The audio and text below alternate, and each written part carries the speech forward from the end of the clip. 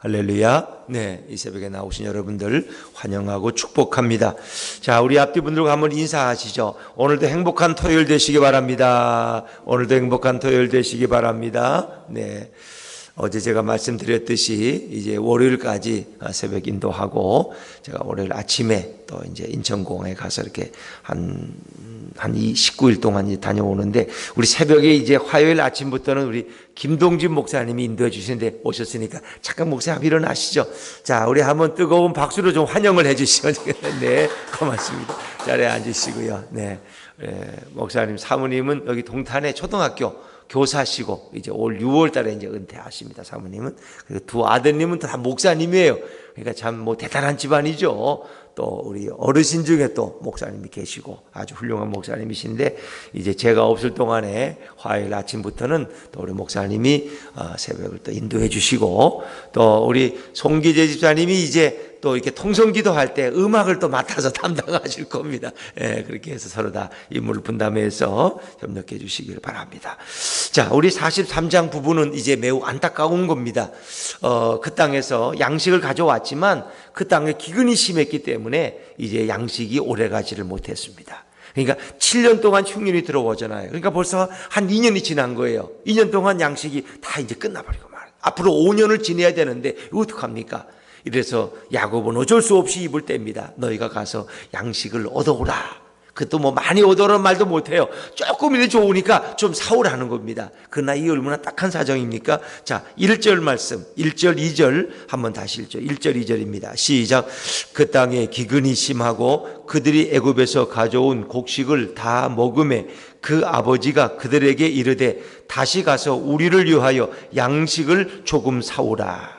많이도 사오란 말도 못해요. 조금 사오라. 왜? 이제는 굶어 죽을 판이니까. 자, 그런데 형제들이 아들들이 애굽에 가기 싫어서 안 갑니까? 돈이 없어서 안 갑니까? 베냐민 때문에 못 가는 겁니다. 분명히 그 애굽의 총리가 너희 아우를 데리고 와야지 내가 너희의 진실함을 믿어주겠다는 거야. 너희가 정탐꾼이 아니라는 걸 내가 알겠다. 그래야 내가 너희에게 양식을 팔겠다는 것이. 어떡합니까? 그리고 시므온은 거기 잡혀 있습니다. 아직도 2년 동안 잡혀 있고, 베냐민은 데려가야 되는데 데려갈 수 없는 이 가정에 딱한 사정이 있지 않습니까? 그래서 유다가 한마디 합니다. 아버지, 우리가 내려가기 싫어서 안 내려가는 게 아닙니다. 그 사람이 분명 우리에게 엄히 말하기를 너희 막내를, 작은 아우를 데리고 오라고 했습니다. 그렇지 않고서는 우리가 갈 수 없습니다. 우리는 내려갈 수 없습니다. 자, 우리 5절 말씀 읽어볼까요? 5절입니다. 5절 시작. 아버지께서 만일 그를 보내지 아니하시면 우리는 내려가지 아니하리니 그 사람이 우리에게 말하기를 너희의 아우가 너희와 함께 오지 아니하면 너희가 내 얼굴을 보지 못하리라 하였음이니이다. 아멘. 이 얼굴을 못 본다는 거 최후의 통첩입니다. 내 얼굴 볼 생각하지 마. 이런 겁니다. 그 가져오기 전에는, 그 문제 해결하기 전에는, 빚 갚기 전에는 내 얼굴 볼 생각하지 말아라. 이 참 엄청난 얘기죠. 그러니까 유다의 말에 이 야곱이 역정을 냅니다. 아버지 이스라엘 야곱이 뭐라고 역정을 냅니까? 자, 6절입니다. 6절 시작. 이스라엘이 이르되 너희가 어찌하여 너희에게 또 다른 아우가 있다고 그 사람에게 말하여 나를 괴롭게 하였느냐? 이게 가정의 갈등으로 비화되는 것입니다. 그러니까 사람들은 뭔가 힘들면 누군가에게 책임을 돌리는 것입니다. 이놈들아, 양식이나 사오면 되지 왜 집안 얘기를 해가지고 이 모양이 이 꼴이냐. 이놈들아, 이 모든 책임을 누구에게? 자식들한테 돌리는 겁니다. 그 야곱은 책임이 없는 겁니까?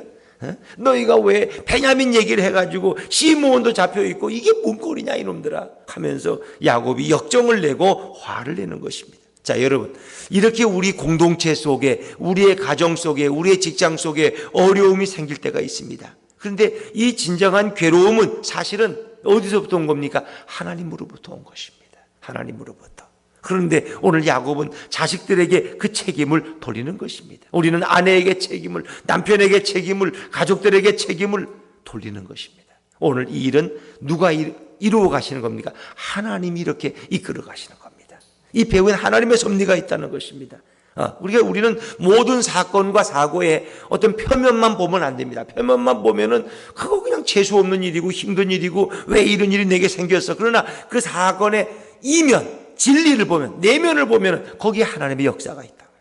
여러분, 날아가는 참새 한 마리도 하나님이 허락하지 않으시면 떨어질 수 있다 없다? 떨어질 수 없다는 겁니다. 참새 한 마리 그거 뭐 누가 화살로 쏘 떨어뜨리는 게 하나님이 그거하고 뭐 상관이 있어? 아니라는 거예요. 그 가장 작은 일도, 날아가는 참새 한 마리도 하나님의 허락 없이는 떨어질 수 없다. 그 하나님은 우리의 머리카락까지도 하나님이 아무리 할 일이 없기로서는 그래 남의 머리카락이나 세고 있어? 대머리는 빨리 시겠다 그러면 여러분, 하나님은 그 정도로 우리에게 자상한 관심을 가지고 이 역사를 이끌어 가신다는 겁니다. 근데 오늘 야곱도 이걸 모르는 거예요. 야곱이 믿음이 좋은 것 같지만 참 믿음이 없는 사람. 왜 이런 일이 생겼을까? 왜 요셉이 사라졌을까? 왜 시몬이 잡혀와야 되고 왜 베냐민을 또 데리고 가야 될까? 왜 양식을 사는 게 이렇게 힘들까? 이러면 기근은 왜 생겼을까? 야곱은 하나님을 바라봐야 돼. 이 모든 것의 출발이 바로 하나님으로부터 왔다는 것입니다. 근데 그는 하나님께 눈을 돌리지 않아요. 자꾸 자식들만 책망하고 왜 내 인생이 이렇게 재주가 없고 하나님 일마다 이렇게 넘어지고 왜 이 꼴인가 말이에요. 그렇습니다. 오히려 자식들은 자신들에게 어려움이 닥치고 정탐꾼으로 몰리니까 누가 생각나요? 아우가 생각나고 자기들의 죄가 생각나고 우리에게 울부짖고 간구하면서 살려달라고 다시는 아버지한테 고자질 안 하겠다고 부르짖던 그 동생이 생각나는 거예요. 우리가 그때 잘못했어. 우리가 죄값을 치르는 거야. 우리가 그 피값을 치르고 있는 거야 지금. 르우벤은 그렇게 말합니다. 근데 아버지 야곱은 정작 그 죄값이 자신에게 있음을 알지 못합니다. 이 일이 하나님으로부터 온 것임을 알지를 못합니다. 그러니까 또 유다가 할 말이 많아요. 유다가 말을 잘하거든요. 아버지 누가 뭐 동생 얘기하려고 갔습니까? 그 사람이 집안일을 묻기 때문에 얘기하다 보니 거기까지 간 거고 세상에 시몬을 잡아놓고 베냐민을 데려오라고 할 줄 누가 알았겠습니까?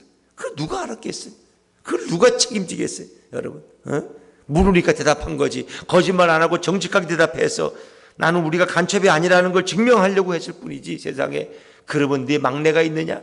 아버지와 함께 있어. 그럼 베냐민을 데리고 오면은 내가 너에게 양식을 팔겠다. 이럴 줄 누가 알았습니까? 자, 이런 상황에 누군가가 물꼬를 트는 사람이 필요하고 희생자가 필요한 거예요. 리더가 필요한 거예요. 이때 나선 사람이 바로 유다이죠. 유다예요. 자, 유다가 이제 어떻게 변화됐습니까? 자, 우리 9절 10절 말씀 한번 읽어볼까요? 9절 10절입니다. 시작. 내가 그를 위하여 담보가 되우리니 아버지께서 내 손에서 그를 찾으소서. 내가 만일 그를 아버지께 데려다가 아버지 앞에 두지 아니하면 내가 영원히 죄를 지리이다. 우리가 지체하지 아니하였더라면 아멘. 그렇습니다.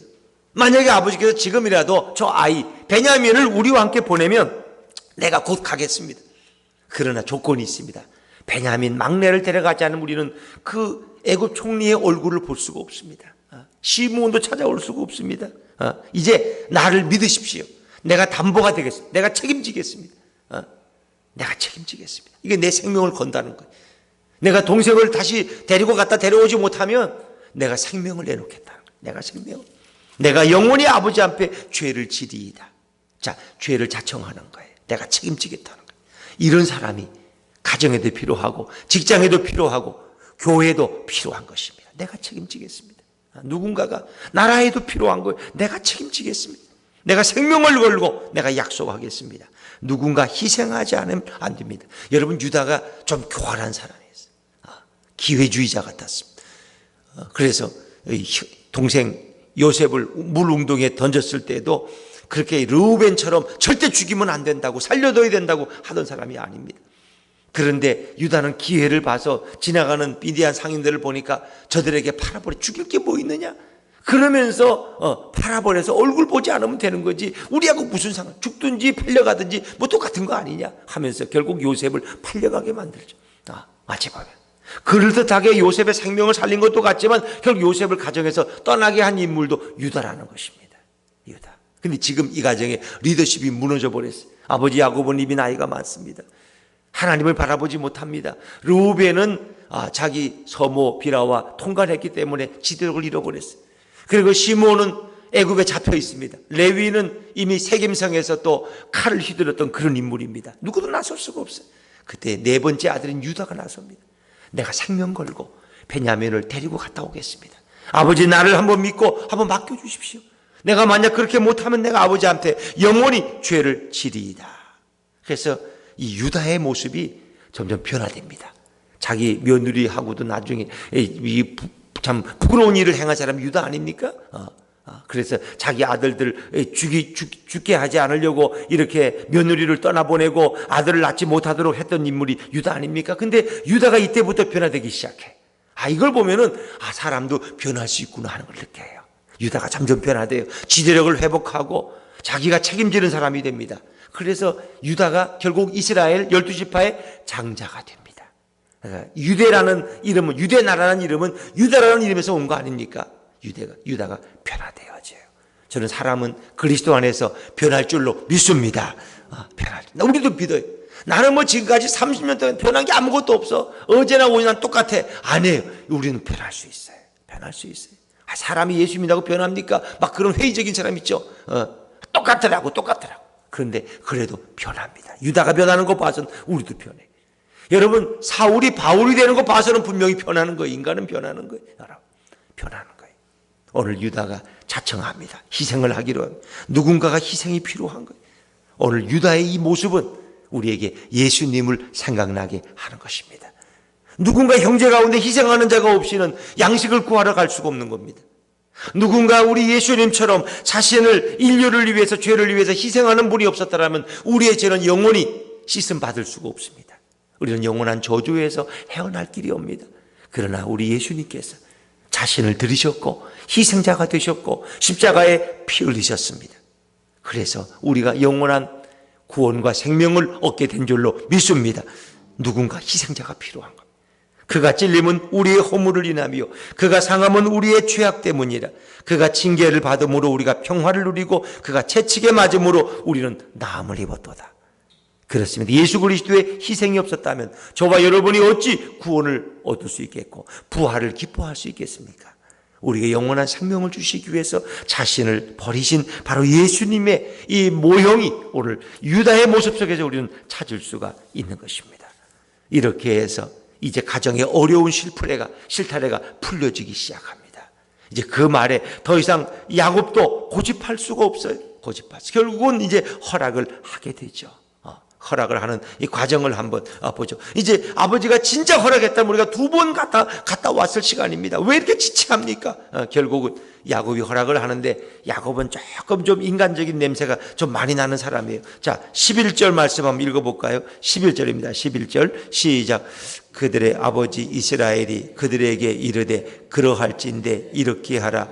너희는 이 땅에 아름다운 소산을 그릇에 담아가지고 내려가서 그 사람에게 예물로 드릴지니 곧 유향 조금과 꿀 조금과 향품과 몰약과 유향나무 열매와 감 복숭아이니라.